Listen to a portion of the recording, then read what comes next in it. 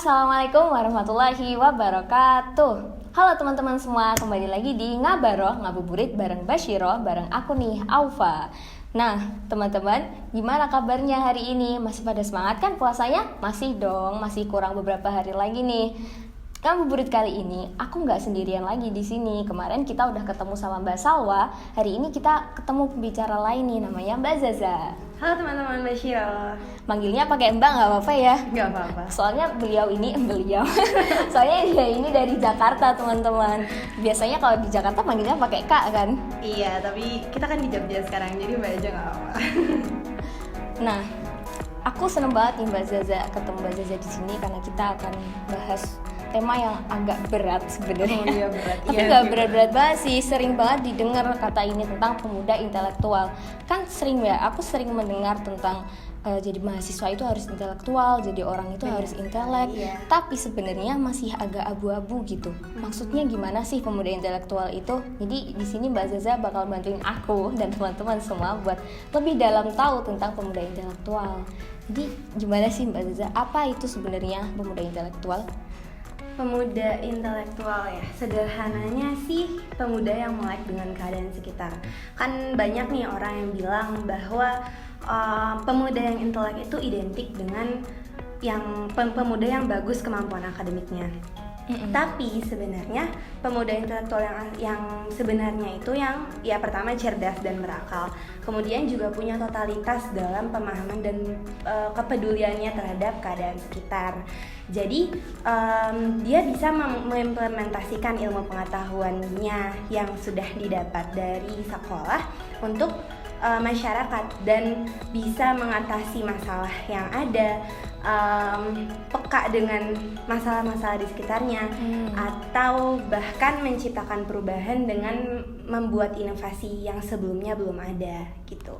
Jadi intinya pemuda intelektual itu adalah pemuda yang selain nilai akademiknya bagus, tapi dia melek dengan sekitarnya. Ya, jadi percuma aja kalau kamu sekolah nilainya bagus atau kuliah IPK-nya tinggi 4 atau 3,9, tapi kalau kamu nggak bisa mengimplementasikan ilmu yang kamu dapat kepada masyarakat, ya will be nothing gitu.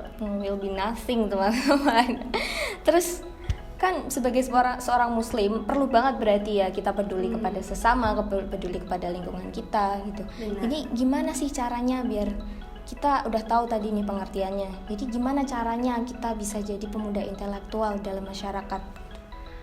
Kalau caranya ya we begin from small steps sih. Kayak misalnya kita memperbanyak bacaan, terutama buku pengetahuan atau berita-berita kontemporer yang lagi booming gitu kan. Iya. Boleh sih kita baca novel atau cerita atau Wattpad gitu kan teman-teman nih. Tapi ya harus seimbang, bacaan yang edukatif yang bermanfaat dengan bacaan yang sifatnya entertaining gitu ya. Kemudian selain memperbanyak bacaan, kita juga bisa memperbanyak diskusi. Diskusi ini akan memperluas pandangan kita terhadap satu isu. Kayak kalau misalnya kita diskusi ini, aku diskusi sama Kak Aufa, pendapat Kak Aufa dengan pendapat aku berbeda. Jadi kita bisa melihat kita bisa menelaah suatu masalah dari berbagai sisi gitu kan. Kemudian yang selain berbanyak bacaan, berbanyak diskusi, kita juga harus meningkatkan soft skill ya kan, sebagai pemuda dan kita sebagai mahasiswa gitu kan, yang pasti harus meningkatkan soft skill.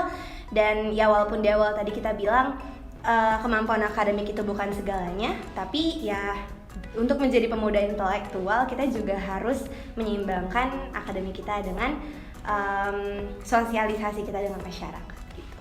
Oh gitu. Jadi kalau ditelaah lagi, kita kan harus melakukan semua itu. Maksudnya itu cara-cara untuk menjadi pemuda intelektual. Tapi sebenarnya ada nggak landasannya?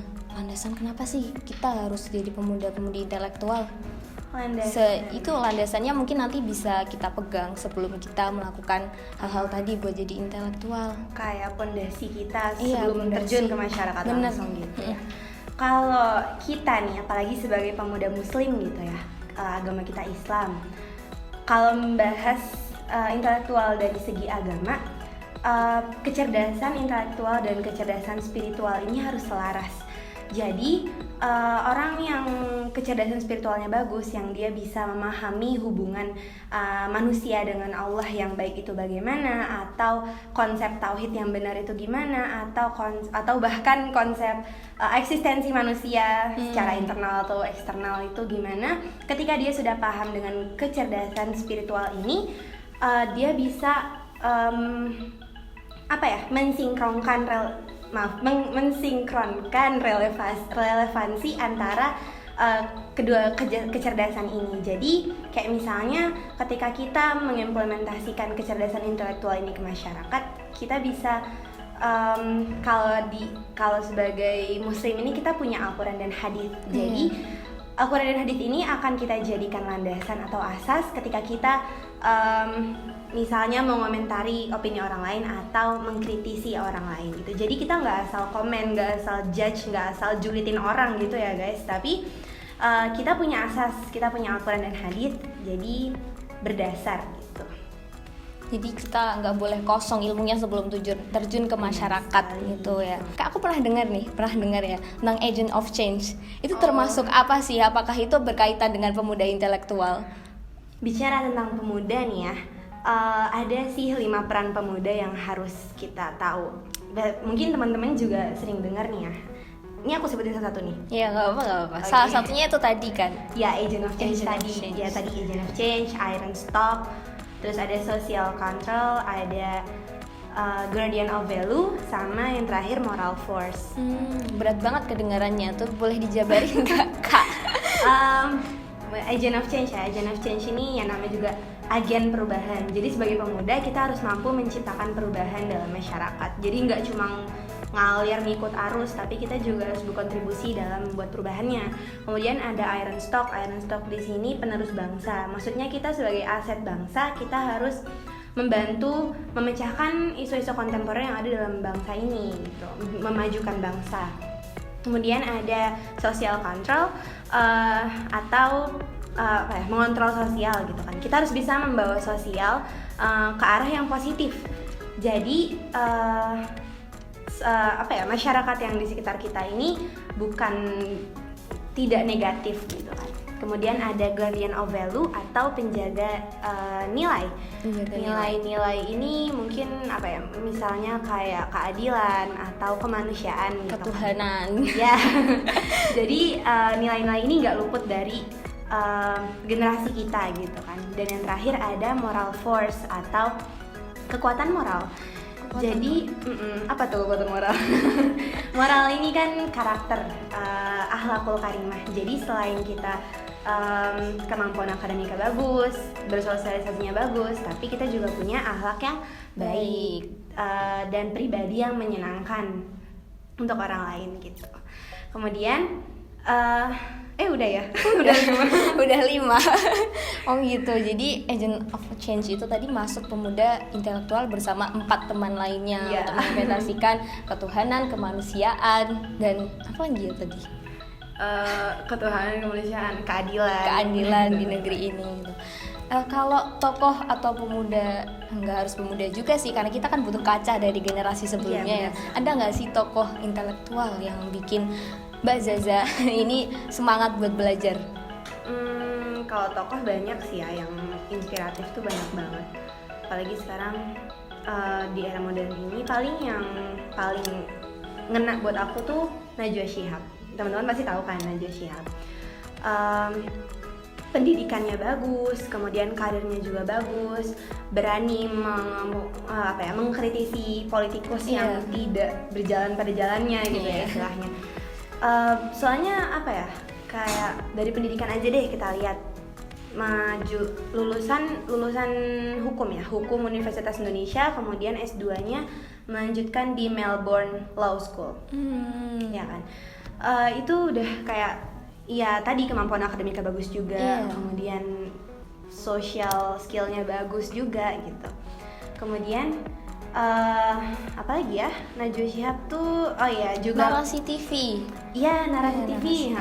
Dia membuat perusahaan digital konten gitu. Kayak jadi mengupas segala sesuatu yang lagi viral, lagi booming, isu-isu kontemporer yang ada itu kita bisa lihat dari Narasi TV ini. Kemudian ya paling kenapa ngena banget buat aku karena ya ketika Najwa Shihab itu memberi motivasi, itu benar-benar menginspirasi, kayak membangkitkan semangat yang sebelumnya itu redup gitu deh. Makanya semangat yang sebelumnya redup. Jadi kayaknya kita emang perlu ya tokoh untuk memotivasi kita jadi seperti sekali. mereka, punya pendidikan bagus, punya akhlak bagus gitu. Setelah dijabarkan ternyata nggak susah-susah banget ya ngomongin Bener. pemuda intelektual ini, asalkan kita tetap pada jalannya. Tetap pada jalannya. Jadi teman-teman bisa juga jadi pemuda intelektual ya. Bisa nih disemangatin sama Mbak Zaza. Semangat guys. Ya, makasih banget loh Mbak Zaza udah Iya. nemenin aku di sesi kali ini, dan Makasih banyak teman-teman juga. Ngabaro juga udah ditemenin. Aku seneng banget ada di sini guys. Siapa sih yang gak seneng di sini? Kemarin Mbak Salwa juga seneng ada di sini. Iya. Oke, kayaknya sampai sini dulu aja ya sesi podcast kita kali ini. Sekian, sampai jumpa lagi. Wassalamualaikum warahmatullahi wabarakatuh.